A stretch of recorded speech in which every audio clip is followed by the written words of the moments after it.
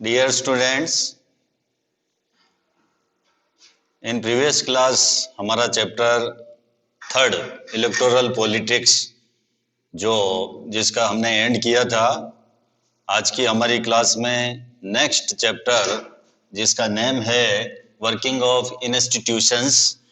Institutions के क्या कामकाज है, क्या वर्किंग है, वो इस चैप्टर में हम पढ़ेंगे, जिसमें हमारा टॉपिक होगा how is a major policy decision taken. जो भी मेजर पॉलिसी डिसीजंस है वो किस प्रकार से लिए जाते हैं, इन डिसीजंस को कौन लेता है, उसके ऊपर भी हम डिस्कस करेंगे। फिर हमारा नेक्स्ट टॉपिक होगा द डिसीजंस मेकर्स। जो डिसीजंस लिए जाते हैं उनको कौन लेता है, उसके ऊपर भी हम डिस्कस करेंगे। तो पहले हम देखेंगे how is a major policy decisions taken. जो मेजर पॉलिसी डिसीजंस है वो किस प्रकार लिए जाते हैं, तो इसके ऊपर हम डिस्कस करते हैं। वर्किंग ऑफ इंस्टीट्यूशंस, इंस्टीट्यूशंस के क्या कामकाज है, संस्थाओं के क्या वर्किंग है, क्या वर्क करते हैं इंस्टीट्यूशंस, वो हम इस चैप्टर में डिस्कस करेंगे। सबसे पहले ओवरव्यू, क्या इसका चैप्टर क्या कह रहा है हमको, उसके ऊपर थोड़ा हम डिस्कस कर लेते हैं। Overview, democracy is not just about people electing their rulers. तो डेमोक्रेसी का मतलब केवल पीपल्स के द्वारा रूलर्स को चुनना नहीं है। जो शासक है उनको इलेक्ट करना ही डेमोक्रेसी का मीन नहीं है। In a democracy the rulers have to follow some rules and procedures। तो डेमोक्रेसी में कुछ रूल्स होते हैं, कुछ प्रोसीड्योर्स होते हैं जिनको मानना पड़ता है रूलर्स को। इन अ डेमोक्रेसी रूलर्स को जो है कुछ रूल्स होते हैं, प्रोसीड्योर्स होते हैं, उनको फॉलो करना पड़ता है। They have to work with and within institutions। उनको institutions के साथ में काम करना पड़ता है। They have to work with and within, यानी उनके साथ में और उनके भीतर, संस्थाओं के भीतर रहकर, संस्थाओं के साथ में रहकर रूलर्स को काम करना पड़ता है। They have to work with and within institutions। institutions के साथ में उनको रहकर काम करना पड़ता है। किनको काम करना पड़ता है? रूलर्स को। This chapter is about the working of such institutions in a democracy.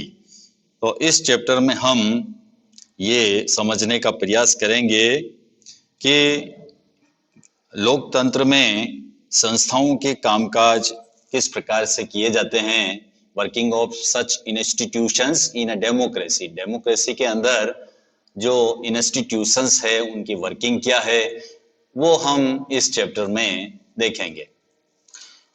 इसके अलावा we try to understand this by looking at the manner in which major decisions are taken and implemented in our country. और इसके अलावा हम ये भी understand करने का प्रयास करेंगे कि हमारे कंट्री में किस प्रकार या किस महत्वपूर्ण फैसले को किन के द्वारा किया जाता है और उनको इम्प्लीमेंटेड किस प्रकार किया जाता है, ये भी हम देखेंगे। वी आल्सो लुक, इसके अलावा हम ये भी देखेंगे at how disputes regarding this decisions are resolved. और ये भी देखेंगे कि इन फैसलों से संबंधित जो डिस्प्यूट्स है उनको किस प्रकार से सुलझाया जाता है, ये भी हम इस चैप्टर में we also look. In this process we come across 3 institutions that play a key role in major decisions. तो इस चैप्टर में हम इन फैसलों में महत्वपूर्ण भूमिका निभाने वाली जो 3 संस्थाएं हैं, 3 मेजर इंस्टीट्यूशंस है, उनके बारे में हम देखेंगे। ये 3 इंस्टीट्यूशंस कौन सी है? Legislature, executive and judiciary. तो इन संस्थाओं के ऊपर हमारा ध्यान केंद्रित करेंगे। जो इंस्टीट्यूशंस है डेमोक्रेसी में, लेजिस्लेचर, एग्जीक्यूटिव एंड जुडिशरी, इन तीनों के बारे में हम इस चैप्टर में डिस्कस करेंगे। You have already read something about these institutions in earlier classes. तो earlier classes में these institutions के बारे में you have already read something, आपने जो है कुछ नॉलेज आपने प्राप्त कर लिया है। जो अर्लियर क्लास आपने पढ़ी थी 7th 8th, उसमें इन इंस्टीट्यूशंस के बारे में आपने कुछ रीड किया है। Here we shall quickly summarize those and move on to asking larger questions. तो हम यहाँ पर उनका संक्षेप में ही हम अध्ययन करेंगे और कुछ महत्वपूर्ण सवालों के ऊपर हमारा ध्यान केंद्रित करेंगे। क्विकली समराइज करेंगे और move on to asking larger questions, और जो क्वेश्चंस है उनके ऊपर हम अपना ध्यान केंद्रित करेंगे। In the case of each institutions we ask, और हर संस्था के संबंध में हम ये प्रश्न करेंगे, कौन सा क्वेश्चन करेंगे, what does this institutions do. तो ये जो इंस्टीट्यूशंस है ये किस प्रकार काम करती है। How is this institutions connected to other institutions, और जो एक इंस्टीट्यूशंस है वो अदर इंस्टीट्यूशंस से किस प्रकार कनेक्टेड है, वो भी हम देखने का प्रयास करेंगे कि ये संस्थाएं किस प्रकार एक दूसरे से जुड़ी हुई है। लेजिस्लेचर, एग्जीक्यूटिव एंड जुडिशरी, ये जो तीनों वर्किंग इंस्टीट्यूशंस है वो किस प्रकार काम करती है और किस प्रकार ईच अदर जो है वो लिंक है, कनेक्टेड है, वो भी हम देखेंगे। व्हाट मेक्स इट्स फंक्शनिंग मोर और लेस डेमोक्रेटिक, और इसके अलावा इनके कार्यों को क्या चीज कम या ज्यादा डेमोक्रेटिक बनाती है, ये भी हम देखेंगे कि इनके जो फंक्शन है वो किस प्रकार इसको डेमोक्रेटिक बनाते हैं, वो भी हम देखेंगे। The basic objective here is to understand how all these institutions together carry on the work of government. तो इस चैप्टर का जो मुख्य उद्देश्य है वो हमको ये अंडरस्टैंड करना है कि किस प्रकार ये इंस्टीट्यूशंस जो है वो मिलकर काम करती है। Institutions together carry on the work, ये इंस्टीट्यूशंस किस प्रकार जो है मिलकर काम करती है, इस चैप्टर का हमारा यही उद्देश्य है। Sometimes we compare these with similar institutions in other democracies, और कई बार हम इनकी कंपैरिजन दूसरी लोकतांत्रिक व्यवस्थाओं की इसी तरह की संस्थाओं से करते हैं। In this chapter we take our examples from the working of the national level government called central government, union government और just government of India। और इसके अलावा इस चैप्टर में हम राष्ट्रीय स्तर की गवर्नमेंट के कामकाज से उदाहरण देंगे। राष्ट्रीय स्तर पर भारत की सरकार, केंद्र सरकार, और इसको संघ सरकार भी कहा जाता है। जो सेंट्रल गवर्नमेंट है नेशनल लेवल के ऊपर, उसको हम सेंट्रल गवर्नमेंट कहते हैं, यूनियन गवर्नमेंट कहते हैं, और जस्ट गवर्नमेंट ऑफ इंडिया उसको हम भारत सरकार भी कहते हैं। While reading this chapter, you can think of and discuss example from the working of the government in your state। और इस चैप्टर को पढ़ते हुए आप अपने स्टेट की जो गवर्नमेंट है उसके कामकाज के उदाहरणों पर भी आप डिस्कस कर सकते हो, नजर रख सकते हो कि किस प्रकार जो हमारे स्टेट में जो गवर्नमेंट है उसकी वो किस प्रकार कामकाज करती है, उसकी कंपैरिजन भी आप इस गवर्नमेंट से कर सकते हो। अब हमारा मेन टॉपिक है उसके ऊपर आते हैं हम। How is a major policy decisions taken, जो प्रमुख नीतिगत फैसले हैं वो किस प्रकार लिए जाते हैं वो हम देखेंगे। गवर्नमेंट ऑर्डर, एक सरकारी आदेश जो गवर्नमेंट के द्वारा निकाला गया है, किस प्रकार आदेश निकाले जाते हैं गवर्नमेंट से, वो हम देखते हैं।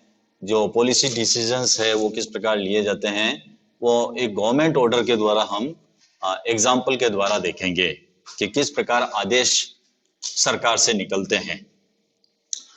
On August 13, 1990 the government of India issued N order.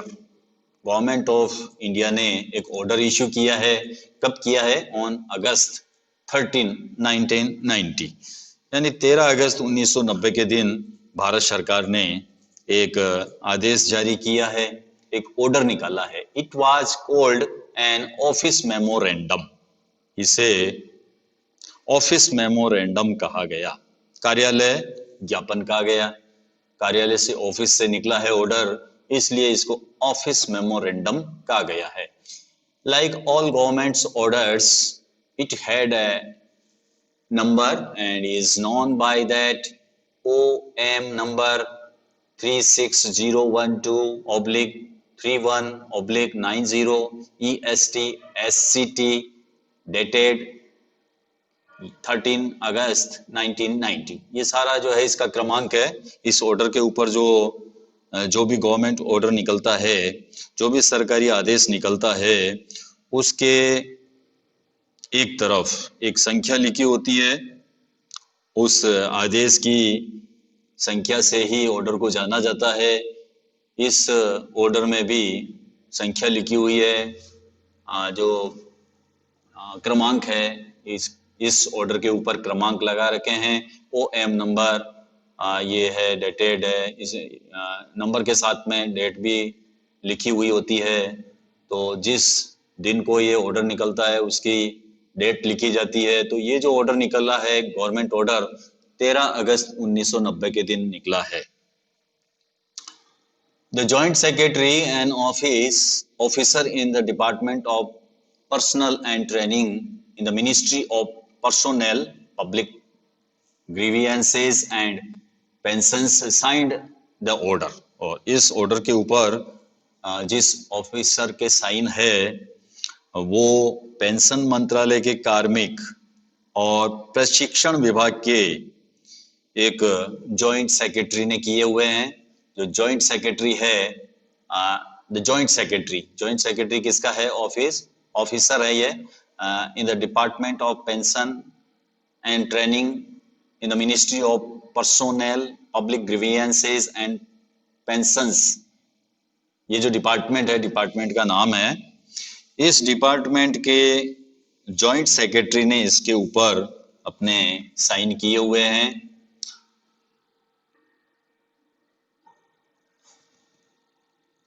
It was quite short, barely 1 page।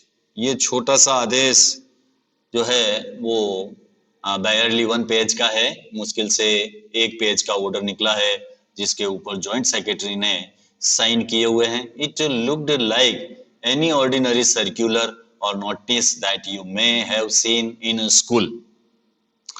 अगर आप इसे देखेंगे तो ये उसी प्रकार से आपको दिखाई देगा। ये एक वैसा ही आम सर्कुलर या नोटिस लगेगा आपको, जैसे कि आपने स्कूल में देखे होंगे। स्कूल में जिस प्रकार के नोटिस निकाले जाते हैं, तो उसके जैसे ही ये गवर्नमेंट ने नोटिस जारी किया है, ऑर्डर निकाला है। तो जिस प्रकार आप स्कूल में जो ऑर्डिनरी जो नोटिस निकाले जाते हैं, सर्कुलर निकाले जाते हैं, वो जो आप देखते हो, उसी प्रकार का ये गवर्नमेंट ऑर्डर निकला हुआ है। ये गवर्नमेंट ऑर्डर है, ऊपर ये नंबर लगा रखे हैं, डेट लगा रखी है। सब्जेक्ट जो है इसका 27% reservation for socially and educationally backward classes in civil post services. ये जो ऑर्डर निकला है ये बैकवर्ड क्लासेस को रिजर्वेशन देने के संबंध में निकला है कि जो सोशियली और एजुकेशनली बैकवर्ड क्लासेस है उनको सिविल पोस्ट पर या सिविल सर्विसेज में जो है आरक्षण दिया जाए। इस प्रकार का गवर्नमेंट ने ऑर्डर निकाला है। तो ये ऑर्डर आप देख सकते हो स्कूल के जैसे ही है। स्कूल में जो ऑर्डर, नोटिस, सर्कुलर निकाले जाते हैं, उसी प्रकार का ये गवर्नमेंट ने ऑर्डर जारी किया है। The government issues hundreds of orders every day on different matters। तो सरकार जो है एवरी डे विभिन्न मसलों के ऊपर सैकड़ों आदेश जारी करती है। यानी गवर्नमेंट से जो है एवरी डे डिफरेंट मैटर्स के ऊपर इस प्रकार के हंड्रेड्स ऑफ ऑर्डर्स जो है जारी किए जाते हैं। But this one was very important and became a source of controversy for several years. लेकिन ये आदेश जो है बहुत महत्वपूर्ण था और कई सालों तक विवाद का जो है ये मुद्दा बना रहा था। ये विवाद का प्रश्न था कि आरक्षण दिया जाए या नहीं दिया जाए। ये सोर्स ऑफ कंट्रोवर्सी था और फॉर सेवरल ईयर्स जो ये जो ऑर्डर था ये इसलिए नहीं निकला क्योंकि ये सोर्स ऑफ कंट्रोवर्सी था। इसलिए ये ऑर्डर जो है ये इम्पोर्टेंट ऑर्डर है।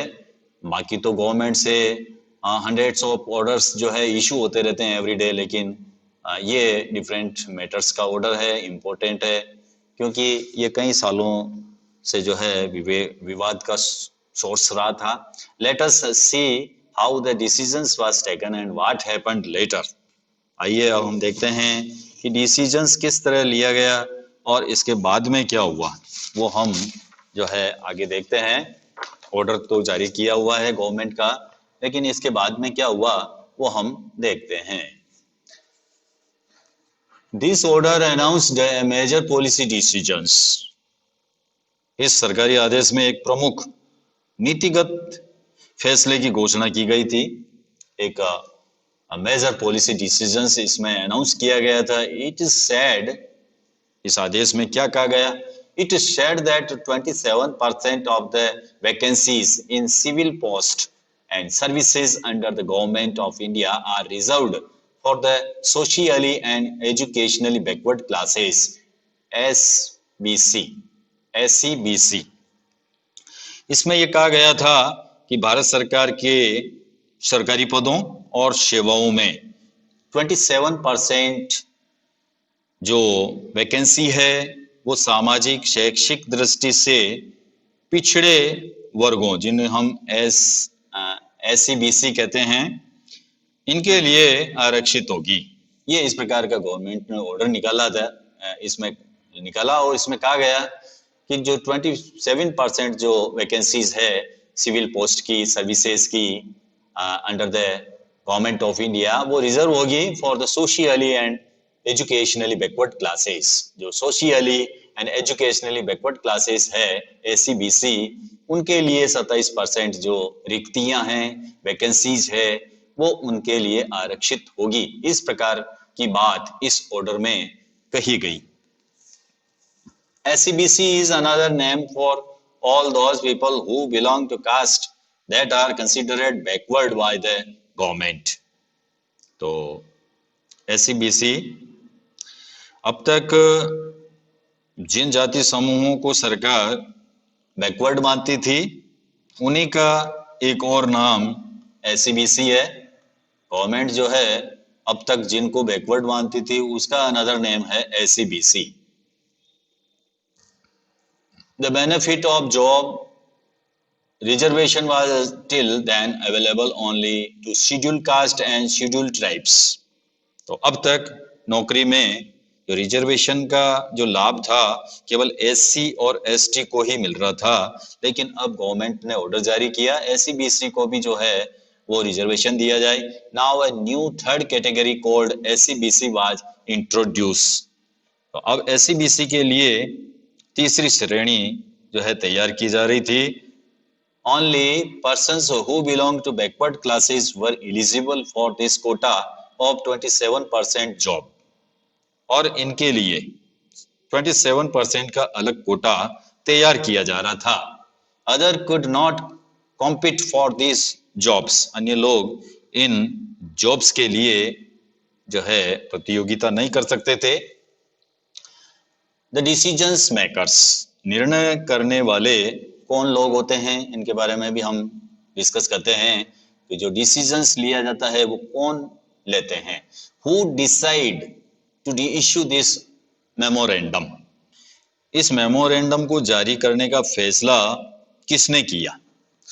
Clearly, such a big decisions could not have been taken by the person who signed that document.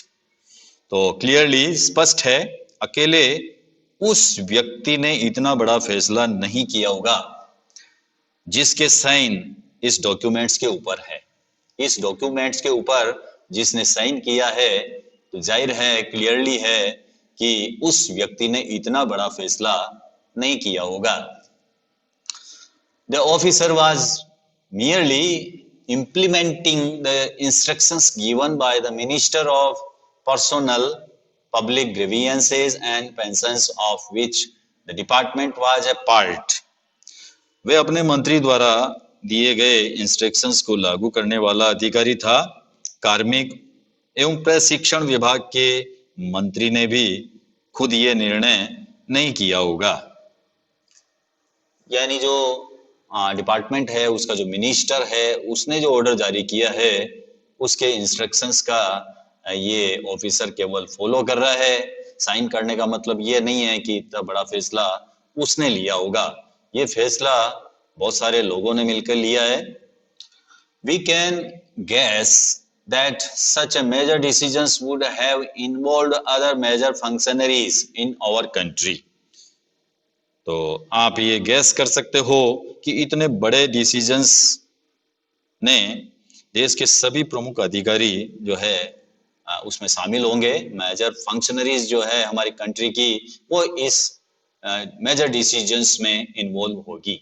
ये आप गैस कर सकते हो, आप अनुमान लगा सकते हो कि इतने बड़े फैसले को लेने के लिए हमारे देश की जो फंक्शनरीज है, जो प्रमुख अधिकारी है, वो इसमें शामिल होंगे। You have already read in the previous class about some of them, और आपने पिछली कक्षा में इनमें से कुछ के बारे में पढ़ा भी होगा। Let us go over some of the main points that you covered them. अब एक बार फिर इन प्रमुख बिंदुओं के ऊपर हम नजर डालते हैं। President is the head of the state and is the highest formal authority in the country.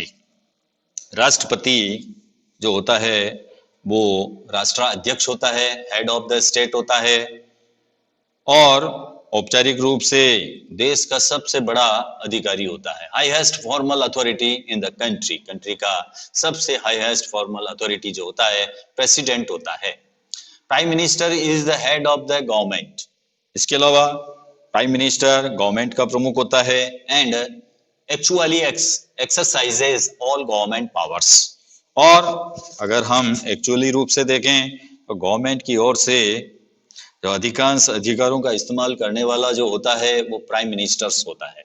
He takes most of the decisions in the cabinet meetings, और वो ही कैबिनेट के जो प्रमुख डिसीजंस है वो लेता है।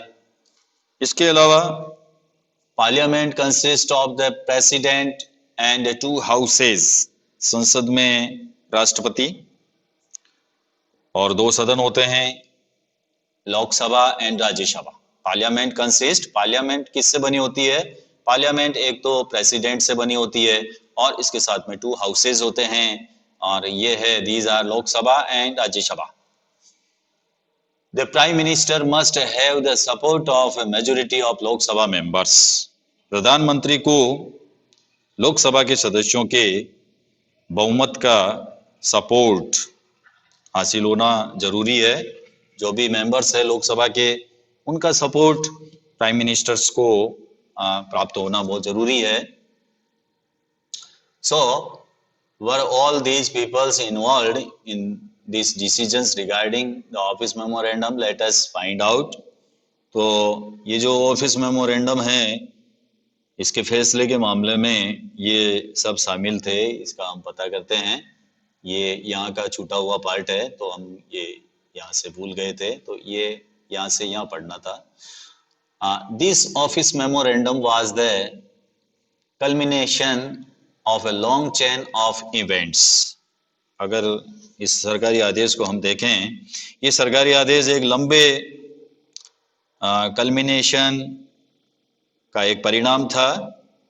Culmination of a long chain of events, ये लॉन्ग चेन ऑफ इवेंट्स का जो है कल्मिनेशन था। ये जो परिणाम था, ये जो सरकारी आदेश निकाला गया है, ये लंबे घटनाक्रम का एक परिणाम था। इसके पीछे एक लंबी जो है चेन थी, लॉन्ग चेन थी ऑफ इवेंट्स, इवेंट्स की लॉन्ग चेन थी। The government of India had appointed the second backward classes commission in 1979। Government of India ने 1979 में दूसरा पिछड़ा वर्ग आयोग जो है बनाया था, सेकंड बैकवर्ड क्लास कमीशन को अपॉइंट किया था गवर्नमेंट ऑफ इंडिया ने 1979 में। It was headed by BP Mandal, और इसकी जो अध्यक्षता की थी वो बीपी मंडल ने की थी। Hence it was popularly called the Mandal commission. इसलिए ये मंडल कमीशन के रूप में जाना गया। आमतौर पर इसे मंडल आयोग भी कहते हैं, क्योंकि इसको जो हेडेड था, इसका हेडेड बीपी मंडल था, इसी कारण इस मंडल को इसको मंडल कमीशन कहा गया। It was asked to determine the criteria to identify the socially and educationally backward classes in India and recommend steps to be taken for their advancement। इसे भारत में सामाजिक और शैक्षिक दृष्टि से बैकवर्ड क्लास की पहचान के लिए क्राइटेरिया तय करने और उनका पिछड़ापन दूर करने के जो उपाय है उनको बताने का जिम्मा सौंपा गया था। इट वाज आस्क्ड, इसको कहा गया था डिटरमाइन करने के लिए द क्राइटेरिया जो आइडेंटिफाई के जो क्राइटेरिया है उसको डिटरमाइन करने के लिए इसको कहा गया था। तो socially and educationally backward classes है, उनको डिटरमाइन करने का इसको काम सौंपा गया था। और इसके अलावा recommend steps to be taken for their advancement, advancement के लिए क्या स्टेप्स लिए जा सकते हैं उनको भी बताने के लिए कहा गया। The commission gave its report इन 1980। इस कमीशन ने जो है अपनी रिपोर्ट 1980 में प्रस्तुत की एंड मेड मैनी रिकमेंडेशंस, और इन्होंने आयोग ने जो है अनेक उपाय सुझाए, रिकमेंडेशन की। उसमें एक कौन सी थी? One of these was that 27% of government jobs be reserved for the socially and educationally backward classes. Mandal ने जो उपाय सुझाए थे, जो रिकमेंडेशन की थी, उसमें एक रिकमेंडेशन ये थी कि जो सरकारी नौकरियों में सामाजिक और शैक्षिक दृष्टि से पिछड़े वर्गों के लिए 27% आरक्षण देना, इस प्रकार की एक रिकमेंडेशन की गई थी कि जो सोशियली और एजुकेशनली बैकवर्ड क्लासेस है उनको 27% आरक्षण दिया जाए। ये इस प्रकार की डिमांड इसने की थी, इस मंडल आयोग ने। The report and recommendations were discussed in the parliament। तो इस रिपोर्ट के ऊपर और उसकी सिफारिशों के ऊपर पार्लियामेंट में डिस्कशन हुआ। For several years, many parliamentary and parties kept demanding the implementation of the Commission's recommendations। कई वर्षों तक पार्टियां और जो एमपी है, सांसद है, इसे लागू करने की मांग करते रहे। Then came the लोक सभा इलेक्शन ऑफ 1989, और फिर 1989 का जो लोकसभा इलेक्शंस था उसका चुनाव हुआ। In its elections manifesto the Janata Dal promised that if voted to power, और जनता दल ने अपने चुनाव घोषणा पत्र में ये प्रॉमिस किया कि सत्ता में आने के ऊपर वह मंडल आयोग की सिफारिशों को लागू करेगा। कौन? जनता दल। तो जनता दल ने अपने मैनिफेस्टो में ये डिक्लेयर किया, ये प्रॉमिस किया कि अगर वो सत्ता में आते हैं तो इसको पूरा किया जाएगा। Janata Dal. Its leader VP Singh became the prime minister. और चुनाव के बाद में जो है जनता दल की गवर्नमेंट बनी और उसका जो लीडर था वीपी सिंह था, इसके जो नेता थे वीपी सिंह, वो प्राइम मिनिस्टर बने। Several developments took place after that. इसके बाद कई कई घटनाएं हुई इसके बाद में। The president of India in his address to parliament announced the intention of the government to implement the recommendation of the Mandal Commission. नई गवर्नमेंट ने पार्लियामेंट में प्रेसिडेंट के भाषण के जरिए मंडल रिपोर्ट लागू करने की पेशकश की। On 6 August 1990, the Union Cabinet took a formal decisions to implement the recommendations. और 6 अगस्त 1990 को यूनियन कैबिनेट ने एक बैठक में इसके बारे में एक औपचारिक निर्णय लिया। Next day prime minister VP Singh informed the parliament about the decisions through a statement in both the house of parliament. और अगले दिन प्राइम मिनिस्टर वीपी सिंह ने एक बयान जारी किया और उसके द्वारा इस निर्णय के बारे में संसद के दोनों सदनों को उसने सूचित किया। The decisions of the cabinet was sent to the Department of Personnel and Training। और इसके बाद में जो कैबिनेट का फैसला हुआ उसको कार्मिक और प्रशिक्षण विभाग को भेज दिया गया।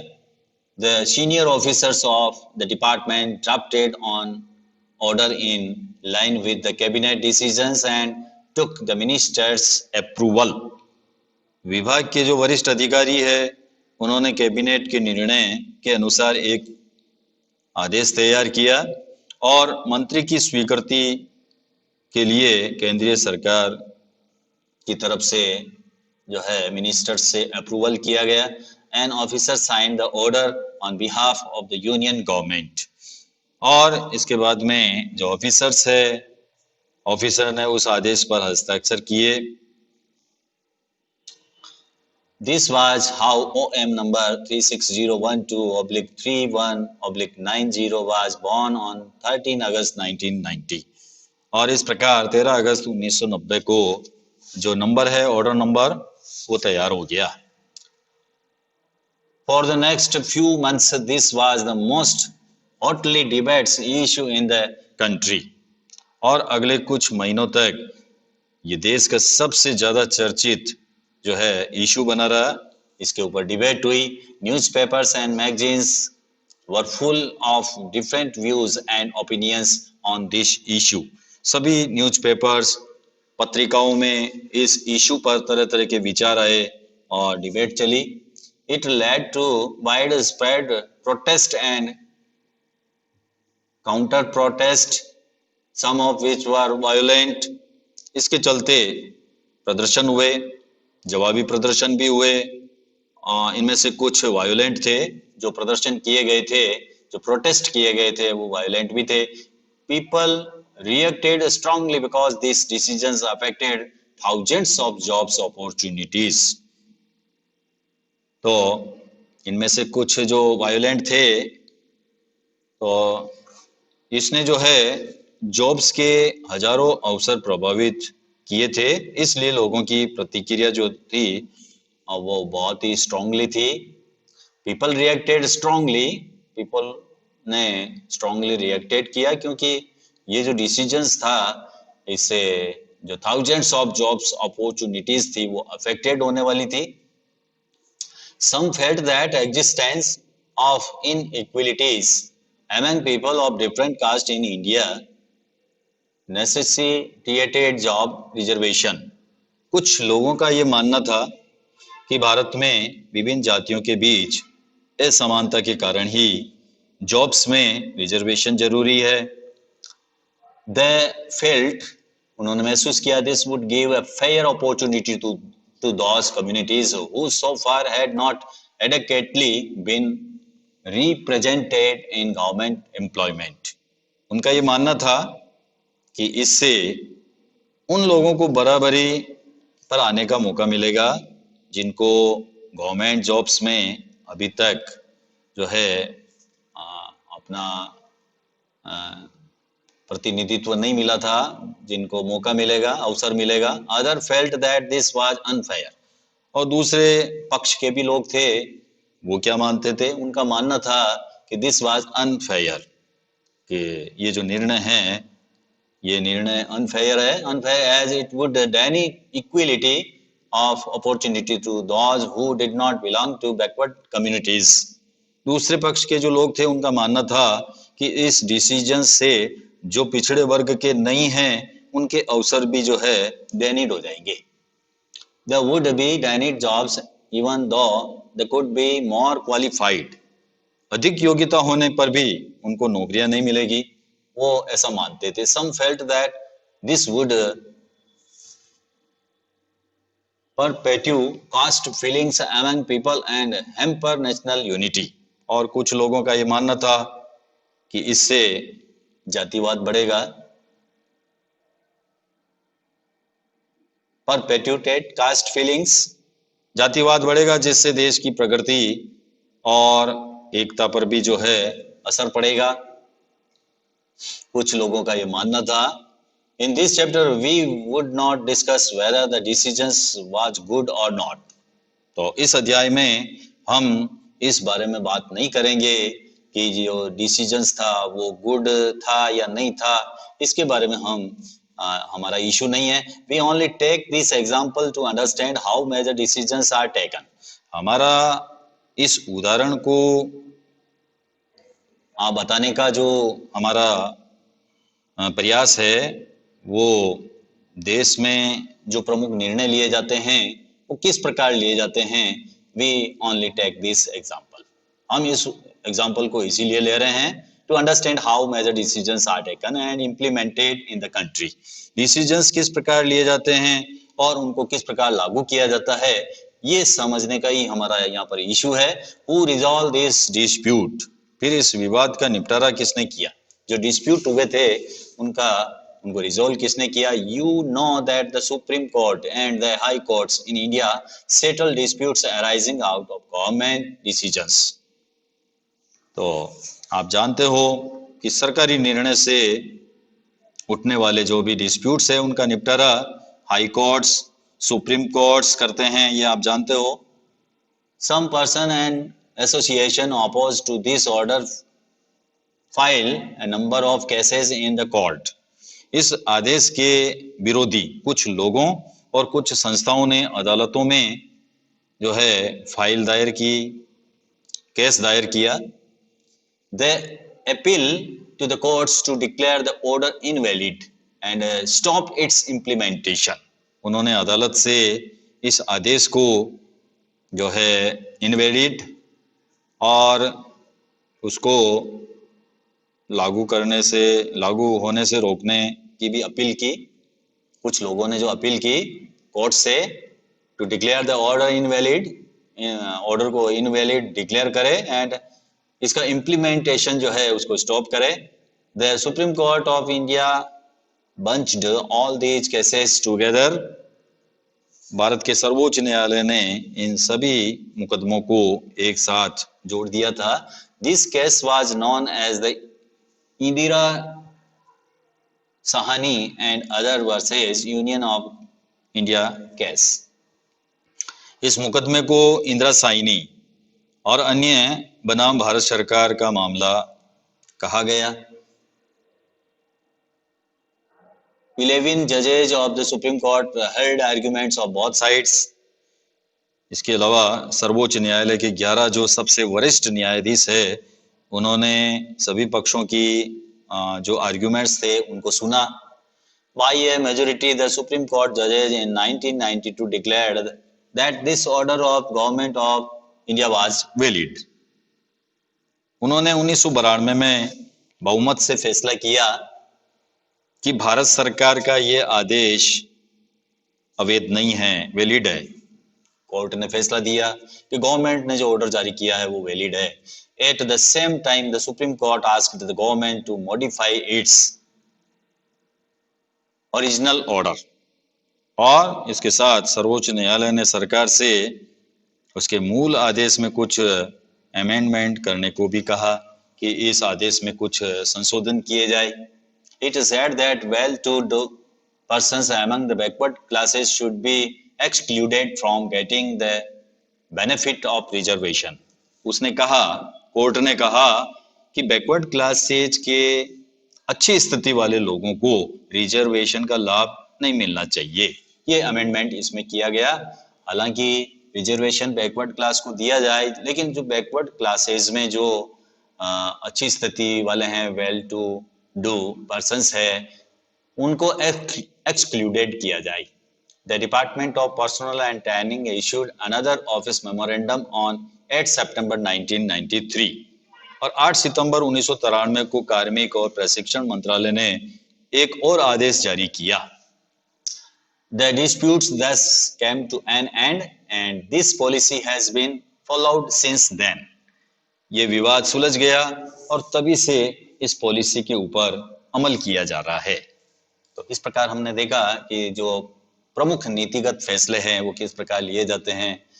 उस फैसले में किसी एक ऑफिसर का हाथ नहीं होता है जिसने उसके ऊपर साइन किया है. उस डिसीजंस को लेने के लिए उसमें बहुत सारी जो फंक्शनरीज होती है वो इन्वॉल्व होती है. नेक्स्ट जो हम पढ़ेंगे, नीड फॉर पॉलिटिकल इंस्टीट्यूशंस, राजनीतिक संस्थाओं की आवश्यकता क्यों है, इसके ऊपर हम डिस्कशन करेंगे हमारी नेक्स्ट क्लास में. Thank you. Have a nice day.